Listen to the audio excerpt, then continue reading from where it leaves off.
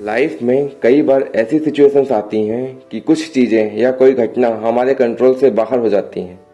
तब ऐसी सिचुएशन में हम बोलते हैं या हमारे आसपास के लोग बोल पड़ते हैं कि चलो जो हुआ अच्छा हुआ, भगवान की यही मर्जी थी। कहने को तो जो होता है अच्छे के लिए होता है, यह आमतौर पर बोले जाने वाले एक घिसी पिटी लाइन्स है, लेकिन ये लाइन हमें कॉन्फिडेंस और पेशेंस, धैर्य देता है और साथ ही साथ यह सिखाता है कि अगर चीज़ें हमारे हिसाब से नहीं हो रही हैं या रिजल्ट हमारे हिसाब से नहीं आ रहा है तो इसका मतलब यह नहीं कि हमारे साथ सब गलत हो रहा है, बल्कि ऐसा हो सकता है कि यह सब सही हो जो आगे चलकर हमारे लिए बेहतर होगा। उदाहरण के तौर पर हम इसे इस कहानी से समझते हैं। एक बार एक राजा का शिकार खेलने का बहुत मन हुआ तो उसने अपने मंत्री को बोला कि मेरा शिकार खेलने का बहुत मन हो रहा है, चलिए कल सुबह शिकार खेलते हैं।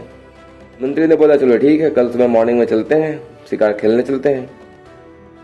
दोनों अगली सुबह शिकार खेलने के लिए जंगल में सुबह सुबह निकल गए। सुबह से शिकार ढूंढते ढूंढते दोपहर हो गई, लेकिन शिकार करने के लिए कोई जानवर नहीं मिला। दोनों थक के चूर हो जाते हैं।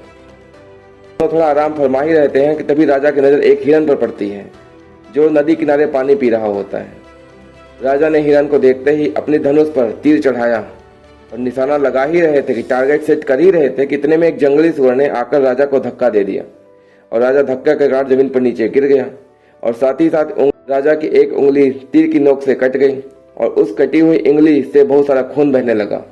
राजा परेशान हो गया और गुस्सा होने लगा कि मेरा शिकार चला गया, मेरी उंगली कट गई, आज का दिन ही मनहूस था, पता नहीं किसका चेहरा देख कर उठा था। राजा को परेशान होते देख, राजा को गुस्सा होते हुए देख मंत्री ने राजा जी से बोला कि राजा जी गुस्सा मत करिए, जो होता है अच्छे के लिए ही होता है।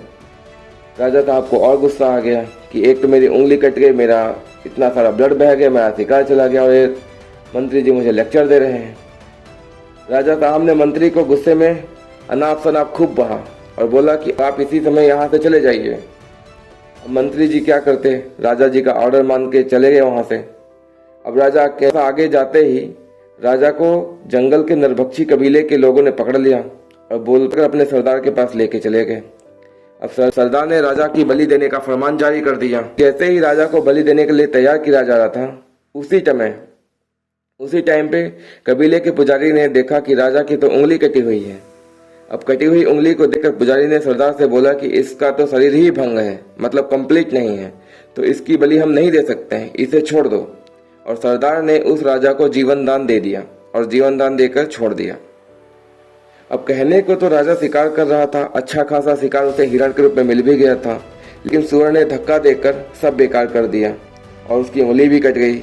अब उसी कटी हुई उंगली ने राजा को नया जीवन दान भी दिलाया और मंत्री की बात भी सच साबित हुई कि जो होता है अच्छे के लिए होता है। जब हमारे मन मुताबिक रिजल्ट नहीं आता है, सफलता हाथ नहीं लगती है, तो हमें अक्सर बहुत जल्दी फ्रस्ट्रेट हो जाते हैं, हिम्मत हार जाते हैं। लेकिन अगर मन में सोच लें कि जो होता है अच्छे के लिए होता है, तो असफलता भी कोई न कोई सीख जरूर देकर जाती है। कई बार तो किसी एक्सपीरियंस से गुजरने के बाद ही हमें समझ में आता है कि असफलता ही हमारी लाइफ में कुछ बेहतर करने की प्रेरणा देती है।